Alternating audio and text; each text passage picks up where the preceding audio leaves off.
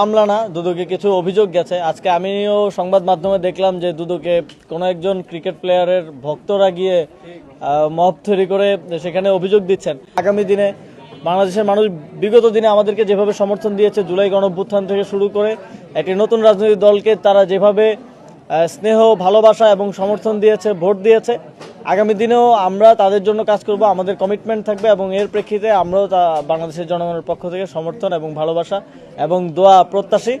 আশা করি সামনের দিনে বাংলাদেশের মানুষের সমর্থন নিয়ে জাতীয় নাগরিক পার্টি আরও ভালো করবে। অভিযোগ দিচ্ছেন। এখন আমারও একটা অভিযোগ আছে যে মানে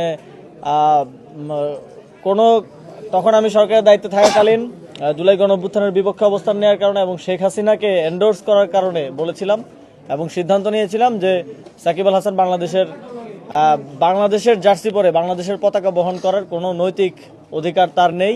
এখন সেটা যদি দুর্নীতি হয়, কাউকে যদি খেলতে না দেওয়া দুর্নীতি হয়, তাহলে সেটার জন্য আমার শাস্তি হোক, আমার কোনো সমস্যা নেই। এখন আমাদের আসলে খুবই হাস্যকর হয়ে যাচ্ছে বিষয়গুলো। সাকিব আল হাসানকে খেলতে না দেওয়ার কারণে তার ভক্তরা গিয়ে 1000 কোটি টাকার দুর্নীতির অভিযোগ করলো এবং গতকালকে সারাদিন সেটা নিয়ে সব মোটামুটি মিডিয়ায় এক ধরনের মিডিয়া ট্রায়াল চললো। কেউ সেই অভিযোগের কারণটা কি এবং কারা দিয়েছে সেটা কেউ উল্লেখ করলো না। সেটা আজকে গণমাধ্যমে আসলো। এটা খুব দুঃখজনক এবং আমার জানার মতে দুদকে অভিযোগ দেওয়ার প্রক্রিয়াটা খুবই ইজি, যে কেউ গিয়ে অভিযোগ দিয়ে আসতে পারে।